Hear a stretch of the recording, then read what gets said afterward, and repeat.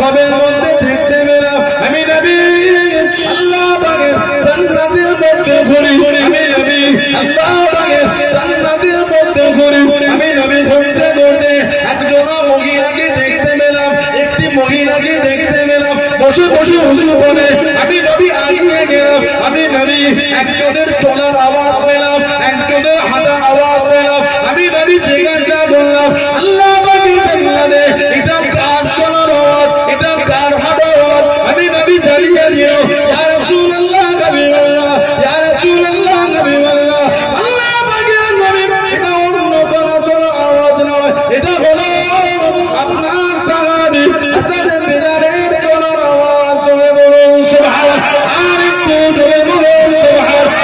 নবী জানিয়ে দিয়ে আমি নবী আগিয়ে গেলাম, একটা বাড়ি দেখতে পেলাম, একটা ঘর দেখতে পেলাম, আমি নবী জিজ্ঞাসা করলাম আল্লাহ পাকের জান্নাতে এত সুন্দর বাড়িটা কার বাড়ি, এত সুন্দর ঘরটা কার ঘর?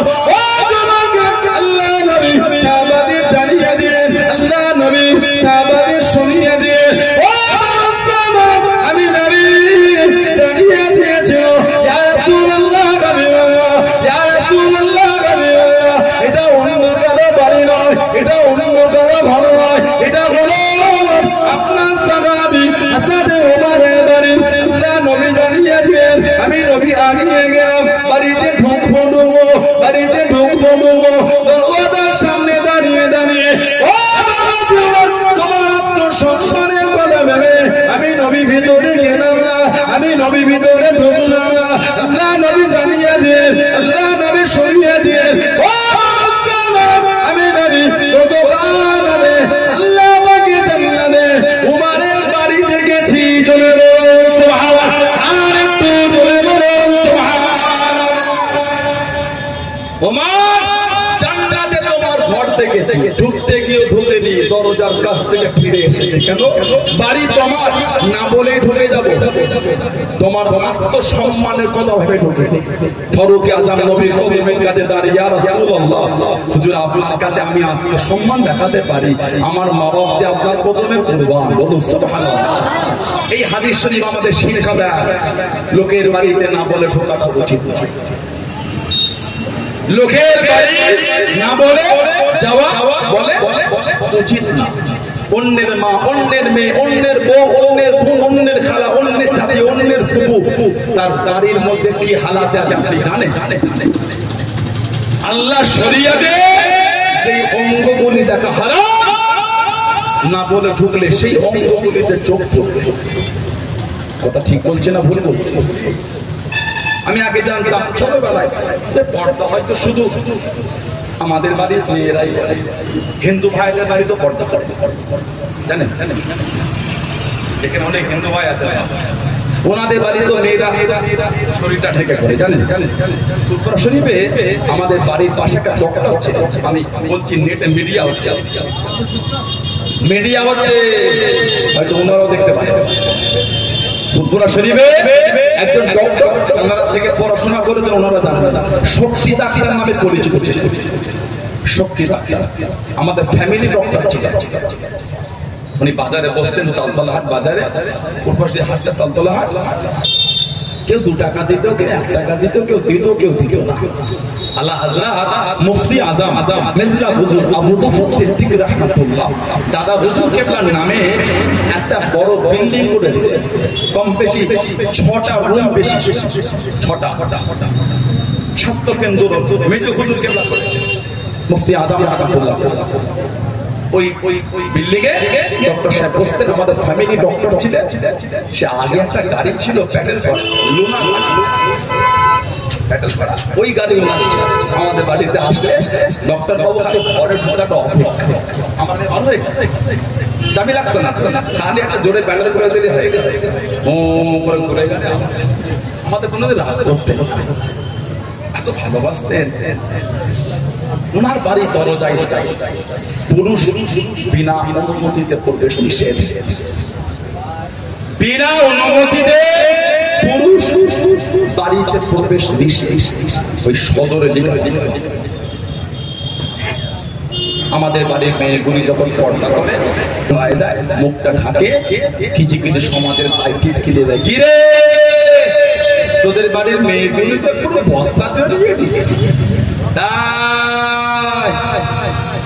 আমার বাড়ির মেয়ে বস্তা জড়িয়ে যে তোমার কষ্ট করছে না, তোমার বাড়ির মেয়েটাকে উলঙ্গ করে ঘোরাও পারলে আমার তো কোনো জ্বলন নাই।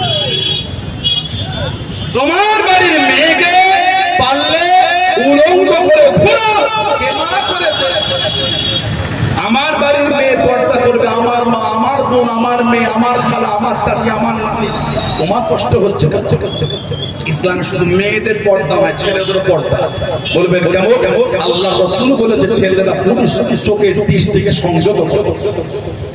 তোমাদের অনিচ্ছায় কোন মহিলা দিকে একবার চোখ করেছে মাফ, একবার পড়েছে মাফ, দ্বিতীয়বারটা মাফ না, গুনাহ হবে। সহজ হয়। ছেলেদের যেমন পর্দা, মেয়েদেরও পর্দা, মেয়েদের পর্দা, ছেলেদের পর্দা।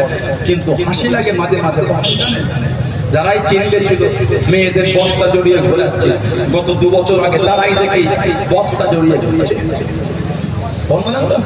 সেই লকডাউনে একটা মাস হয়নি 3টে পড়েছে, 2টো ইনসান ধরো, একটা আবার N95 মুখটা বোঝো বাড়া হয়েছে। মুখটা দেখবে কি করে, কঠিন অবস্থা। আর কিট পরেছে শরীরে জামা, চেন সিস্টেম, 7 ঘন্টা 8 ঘন্টা পরে ওই জামাগুলি যখন খুলেছে 2 কিলো 3 কিলো করে খাম ঝরে ঝরে জমা হয়েছে, পেপারে পড়েছে। সোশ্যাল সাইটে দেখেন ডক্টরগুলি যখন জামা খুলছে, বিভিন্ন কর্মসংস্থানের ব্যক্তিগুলো যখন তাদের ওই কিটটা খুলেছে, 2-3 লিটার করে পানি খালি শরীর থেকে বার হচ্ছে, মানে খাম ঝরে ঝরে জামায় জমা হয়েছে। ঠিক না ভুল বলছি? তুমি ওর কাপড়, তুমি চেয়েছো আমাদের বাড়ির মেয়েগুলির বোরকাটাকে টিটকিরি দিতে, আল্লাহ তোমাকে বোরকা পরিয়ে দিতে। কারো ধর্মের বিধানকে ক্রিটিসাইজ করে, আমার ধর্মের বিধান আমি বুঝি, আপনারটা আপনি বোঝেন। আমার অধিকার নেই আপনার ধর্মের বিধানকে ক্রিটিসাইজ করা, আপনার অধিকার নেই আমার ধর্মের বিধানকে ক্রিটিসাইজ করা। ঠিক না ভুল বলছি? সম্প্রীতি, ওটাই সম্প্রীতি, একে অপরের প্রতি ভালোবাসা তৈরি করে। আপনার শিক্ষা নেই, দীক্ষা নেই, আমার ধর্মে কেন ক্রিটিসাইজ করে? আমার শিক্ষা নেই, দীক্ষা নেই, আপনার ধর্মের বিধান গেলে আমি কেন ভুল করে সমাজে অশান্তি তৈরি করি? ঠিক বলছি না ভুল বলছি? আমরা মানুষ একে অপরকে ভালোবাসে, কাঁধে কাঁধ মিলিয়ে সমাজে চলবো। ধর্মীয় সুশ্রুতি দিয়ে, ধর্মের উল্টোপাল্টা কথা বক্তব্য দিয়ে সমাজকে বিভ্রান্তি সমাজ তৈরি করবো, এটাই আমাদের প্রত্যেকের চিন্তা হওয়া উচিত। ঠিক না ভুল বলছি? জানে না শোনে না কিছু না, ইসলাম ধর্মে বলে এটাই। আপনি জানে না শোনে না কিছু না, বলে ওই সম্প্রদায় ওটা না। আমার একজন খুব কাছে একটা হিন্দু ভাই আছে, ব্রাহ্মণ, ওই কথাই সেই কি বলে বলতে বলে আমার হিন্দু ভাইদের ব্রাহ্মণ বাড়ির সন্তানরা যারা আছেন তারা বলাই যায় না, ওনারা ব্রাহ্মণ। আমি ওনার বাড়িতে বা ওনার অফিসে প্রায় যাই, যেতাম। তুই যদি লিস্টে যাওয়া ফোন করেছিলেন, মেসেজ, আমি ওনাকে বললাম আমার বাড়িতে আসতে হবে, একটা প্রোগ্রাম আছে। উনি আমাকে বললেন আমার মা মারা গিয়েছে, আমাদের সম্পদ একটা নিয়ম আছে, 1 বছর আমি যেতে পারবো। এটা আমি জানি না আছে কিনা, আমার হিন্দু ভাইরা বলে। উনি আমাকে বললেন 1 বছর আমি সম্ভবত 1 বছরই বললেন, 1 মাস কি 1 বছর তোমার কনফিউজ হয়ে যাচ্ছে, মেবি 1 বছরই বলেছে যে আমি যেতে পারবো। তাহলে বলে এবার আমি যদি ওটাকে ক্রিটিসাইজ করি, এটা কি আমার উচিত? বলেন আপনি আমাকে, ওটা ওনাদের বিশ্বাস, ওটা ওনাদের আবেগ, ওটা ওনাদের ভালোবাসা। আমি ওটা জানি না, আমি কেন ওটাকে ছোট বড় কথা বলতে যাবো? আমার ধর্মের বিধান যেটা আপনি জানেন না, কেন টিটকিরি করছেন, মেয়েদের বস্তা পরে ঘোরাচ্ছেন, ওটা আল্লাহ পাকের বিধান। আল্লাহ 5 বালতি পানি যদি আপনার মাথায় ঢেলে দিই, নামাজ পড়ার জন্য পবিত্র উযু হলো না। 5 বালতি পানি যদি মাথায় ঢেলে দিই, আমার উযু হবে না। 1 লোটা পানি আল্লাহর শরীয়তে যেই অঙ্গগুলিকে ধোয়া উযুর বিধান, ওই অঙ্গগুলি একটা লোটা বা একটা জগের পানিতে ধোবো, আমার উযু হয়ে যাবে। 5 বালতি পানি মাথায় ঢেলেছি ভাইলে, এই 5 বালতিকে 1 লোটা, ওটা আমার কাছে বড় জিনিস না। আল্লাহর বিধান, নবীর বিধান, এই ওই অঙ্গগুলোকে ধুলে হবে উযু, ওই বিধানটা মানাটাই আমার কাছে বড়। আমাদের সম্প্রদায়ে একটা স্বামী স্ত্রী বিচ্ছেদের জন্য একটা শব্দ আছে, না বলে কি এটা জানে না, মিসগাইড করে, মিসগাইড করে যে তোদের তো এই ব্যাপার, অনেকে টিটকিরি দেয়, তোদের তো 4টে করে চলে, আমাদের 4টে বৈধ চলে, তোমাদের 40টা অবৈধ চলে। আমাদের 4টে বৈধ, তোমার 40টা অবৈধ। অবৈধ লিস্ট খুললে খাতায় ধরবে না, খাতা পার হয়ে যাবে, কম্পিউটার লাগবে, হিসাব করতে লাগবে। বলো টিটকিরি, আমার ধর্মের বিধান তুমি জানো? ইসলাম বলেছে 4টে বিয়ে করতে। আমার ইসলাম একজন পুরুষকে 4টে বিবি একসাথে রাখতে হুকুম দিয়েছে, কিন্তু ইসলাম বলেছে যদি না পারো একটার মধ্যেই তুমি মজবুত থাকো। একটা বিয়ে করে বইয়ের হক আদায় করতে পারে, আবার 4টে নিয়ে আগে থেকে রাতে 25 লক্ষ টাকা খরচা করে একটা ছেলে আর একটা মেয়ের বিয়ে হলো, সকালে বেলায় ওই শব্দটা 3 বার বলে দিল, 25 লাখ শেষ। কথা বলেন আমার দিকে তাকান, ওই শব্দটার জায়গায় যদি আল্লাহ বেলেঘাটা বেলেঘাটা বেলেঘাটা যদি বলার হুকুম দিতেন, ওটাই শব্দটা আমাদের কাছে বড় জিনিস নয়, আল্লাহর বিধান মানা এটা আমাদের কাছে বড় জিনিস। ওই শব্দটা না দিয়ে যদি আল্লাহ ওই শব্দ জায়গায় দিতেন বেলেঘাটা বেলেঘাটা বেলেঘাটা, ওটাই হতো। কেন? আল্লাহ হতো। শব্দ আমার কাছে বড় জিনিস নয়, আল্লাহ পাক বলেছেন এই শব্দ বললে এই হবে, এই শব্দ বললে এই হবে, ওই কথাটা মানাতে আমার কাছে বড় জিনিস। ওই কথাটা মানা ওটাই আমার কাছে বড় জিনিস। আমার ভাইয়েরা, বাচ্চারা, ছেলেরা, যুবকেরা, মুরব্বীরা, হযরতে ওমর রাদিয়াল্লাহু তাআলা নবী বলেছে ঢুকতে গিয়ে ঢুকে পর্দা। এই হাদিস শরীফ আমাদের শিক্ষা দিয়েছে পর্দা। ইসলাম বলেছে কারো বাড়িতে যেতে গেলে বাড়ির দরওয়াজার বাইরে দাঁড়িয়ে সালাম দাও, জবাব আসলো না আরেকবার দাও, জবাব এলো না আরেকবার দাও, হলো না ফিরে যেতে হবে, ঢুকতে পারবে না। ইসলামের বিধানটা কত সূক্ষ্ম দেখে, সুবহানাল্লাহ। আবার যখন পরে যাবে সালাম দাও, জবাব এলো না আবার দাও, এলো না আবার দাও, এলো না আবার ফিরে যাও, ঢুকতে পারবে না। অন্যের মা এই ঠান্ডার সময় বেলা 11টায় গোসল করে বারান্দায় মাথার কাপড়টা নামিয়ে চুলটা ফেলে শুকাচ্ছে, বয়স মা, যায়ীফা মা, না পরে ঢুকে গেলে কথা কিছু বুঝতে না পারবেন। অন্যের স্ত্রী রান্না চালায়, রান্না করতে গরমে ঘেমে লেগে গিয়েছে, শরীরের কাপড়টা একটু এলোমেলো হয়ে গেছে, দাম বলে ঢুকে গেলেন, যেই অঙ্গটা শরীয়তে টাকা আল্লাহ আপনার জন্য হারাম করেছে, ওই অঙ্গটাই চোখ পড়ে গেল। কেন লোকের বাড়িতে না বলে ঢুকবে? এটা আমার ইসলামের বিধান। আজ গোটা পৃথিবীর বড় বড় মনীষীরা এমনি ইসলামের বিধানের কাছে মাথা নত করতে বাধ্য, এমনি আজ গোটা পৃথিবীর বড় বড় মনীষীরা তারা ইসলামের এই সিস্টেমটাকে মানতে আজও বাধ্য হয়েছে। জোরে বলা গেল জীবন তৈরি করে হযরতে ওমর রাদিয়াল্লাহু তাআলা আনহু হুজুর যে জামাটা পরতেন 16 থেকে 17 জায়গায় খালি তালি দেয়া থাকতো, তাকতি, সুবহানাল্লাহ বলে। গোটা পৃথিবীর প্রত্যেকটা জিনিস শাসন চালিয়েছে, গোটা পৃথিবীর প্রত্যেকটা শাসন হযরতে ওমর জামা পরেছেন 16 থেকে 17 জায়গায় তালি। জোরে বলবেন না? হযরতে ওমর ফারুক রাদিয়াল্লাহু তাআলা আনহু হুজুর আমার রাত্রিরে ঘুরতে কার বাড়িতে কি অবস্থা দেখতে, নবীর আদর্শই জীবন তৈরি করেছে। হুজুর দেখছেন একটা বাড়ি থেকে রাত্রিরে ধোঁয়া উঠছে, ভাবলেন কোন মেহমান এসেছে, আবার অনেকক্ষণ পরে ঘুরে এলেন, তখনও উঠছে। হযরতে ওমর রাদিয়াল্লাহু তাআলা আনহু হুজুর আওয়াজ দিলেন, কে এত রাতে এত সুন্দর বাড়িতে একজন যায়ীফা মহিলা। উনি বললেন আমার বাচ্চা গরিব, খাবার কিছু না, কাঁধে খাবার জন্য আজ কদিন হলো বাড়িতে কিচ্ছু, এই আগুন জ্বালিয়ে হাঁড়িতে পানি দিয়ে পাথর দিয়েছি, আর বাচ্চাদের ধুলায় রান্না করে দেবো। আজ 3 দিন এইভাবে কেটে যায়, বাড়িতে খাদ্য বলে কিছু নাই। রাত যখন অতিরিক্ত হয় বাচ্চাগুলি ঘুমের দিতে ঘুমিয়ে পড়ে, আমি মা আজ 3 দিন ধরে ঘটেছে হযরত ফারুক আযম শুনে থাকতে পারবে বাইতুল মালে চলে গেল আল্লাহু আকবার নিজে বাইতুল মাল থেকে মাল পেরে নিজে কাঁধে করে নিয়ে আসে বাইতুল মালের যে গাছ ছিল তো বলল এই খলিফাতুল মুসলিমিন ওই মালটা আমার পিঠে দেন হুজুর বললেন আজকের দুনিয়া তুমি মাল নিচ্ছ কিয়ামতে আমার বোঝা তুমি বইতে পারবে বলে সেদিন তো যেটা বোঝা বইতে আমাদের দোকানে কর্মচারীরা কি রাত 12টা রাত 1টা তখনও চলছে রাখার সময় কথা বলেছিলাম 10টা পর্যন্ত ডিউটি এই যে 2 ঘন্টা বেশি খাটিয়েছেন যদি টাকা না দেন আল্লাহর দরবারে দায়ী হবে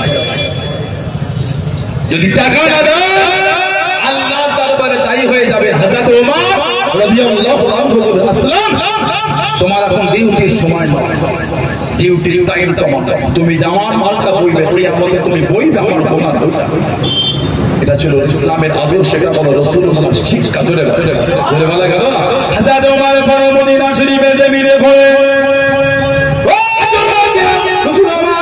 ঘুরতে দেখতে মদিনা শরীফের বাইরে একটা তাঁবু লাগানো আছে এক জায়গা করা ধরে হযরত ওমর রাদিয়াল্লাহু তাআলা হুজুর আমার লোক পাঠিয়ে দিয়ে হুজুর আমার লোক পাঠিয়ে দিয়ে কে দেখো তো এখানে কে দেখো তো ওইখানে জায়গাটা চলে গেলে জিজ্ঞাসা করা করলে তারা কোনো জবাব দিল না তারা কোনো উত্তর দিল না ও হযরত ওমর রাদিয়াল্লাহু তাআলা নিজে চলে গেলে জিজ্ঞাসা করা করলে আপনার খোদা থেকে এসে কি চমকে এসে জবাব দিয়ে দিল আমরা মদিনা শরীফের বাইরে থেকে এসেছি হযরত ওমর ফারুক রাদিয়াল্লাহু তাআলা সঙ্গে মুলাকাত করা করব ওনার সঙ্গে দেখা করব রাত হয়েছে বলে মদিনা শরীফে ঢুকে নাই রাত হয়েছে বলে মদিনা শরীফে যায় নাই হঠাৎ করে আমার পিঠের পিঠে বাচ্চা ছিল প্রসবের বেদনা উঠে গেল প্রসবের যন্ত্রণা উঠে গেল গভীর রাতে কোথায় নিয়ে যাব চিন্তার মধ্যে পড়ে গেলাম চিন্তিত হয়ে গেলাম ও নবীর আদর্শ জীবন করা করে দে নবীকে কেনা মেনে দে ইসলামের বিধানটা কেমন ইসলামের আদর্শ কেমন ইসলামের শিক্ষাটা কেমন হযরত ওমর রাদিয়াল্লাহু তাআলা গোটা পৃথিবী আত্মিকটা শাসন যিনি চালিয়ে দেন পরিচয় কারা দিলেন না নিজের পরিচয়টা গোপন রেখে টুকটুক করে বাড়ি চলে গেলেন বিবিকে সাথে নিয়ে বিবিকে সঙ্গে নিয়ে হযরত ওমর রাদিয়াল্লাহু তাআলা মুসাফিরের বাড়ি গেলেন জনে বলুন সুবহানাল্লাহ জনে বলুন সুবহানাল্লাহ বিবিকে বললেন ঘরে যাও ওনার আহলিয়া পেটে বাচ্চা হামেলা বাচ্চার প্রসবের বেদনা উঠেছে হযরত ওমর রাদিয়াল্লাহু তাআলা বাইরে কিতাব এসেছে ওই ব্যক্তি হযরত ওমর ফারুকের বাড়ির চাদরের মতো ফরমাস্ত একবার বলে পানি আনো একবার বলে এটা হযরত ওমর ফারুক সেটাই করছেন কে যিনি গোটা পৃথিবীর মুসলিম উম্মার খলিফা হুজুর যে রাস্তা দিয়ে হাঁটতেন আমাদের নবী বলেছেন ওমর ওই রাস্তায় ইবলিশও পা দেয় জোরে বল যে রাস্তায় আমার ওমর তুমি হাঁটো ওই রাস্তায় ইবলিশ পা দেয় সেই হযরত ওমর রাদিয়াল্লাহু তাআলা হযরত ওমর ফারুক বাইরে আছে ওই বাড়িতে যখন আওলাদ এসে হুজুরের দিদি বলে ফেলেন খলিফাতুল মুসলিমিন আল্লাহ তাআলা বন্ধুর ঘরে পুত্র সন্তান দিয়েছেন এই যে বললেন খলিফাতুল মুসলিমিন ওই ব্যক্তিটি শুনে লাফ দিয়ে ছুটেছে কিতাব এসেছে এতটাও ছুটেছে এই মাথার পাগড়ি খুলে গেছে দূর থেকে বলছেন আপনি ওমর যার নামে কাইসার রোম কাঁপে দেখে নয় নামেই কাঁপে যার নামে বড় বড় রাজ দরবার কাঁপে আপনি ওমর আমি আপনাকে কতক্ষণ ধরে চাকরের মতো খাটিয়ে হযরত ওমর ফারুক টুকটুক করে আমার কাছে গিয়ে বুকে জড়িয়ে বলে এই মুসাফির তুমি জানো না তুমি কোথায় এসো এটা মদিনা শরীফ এটা যে রাসূলুল্লাহ শহর এটা এখানে ধনী লোকের থেকে গরিবের সম্মানটা বেশি করা হয় জোরে বলা গেল না কোথায় আফসি বেলাল কালো বিলাল ইবনে রাবাহ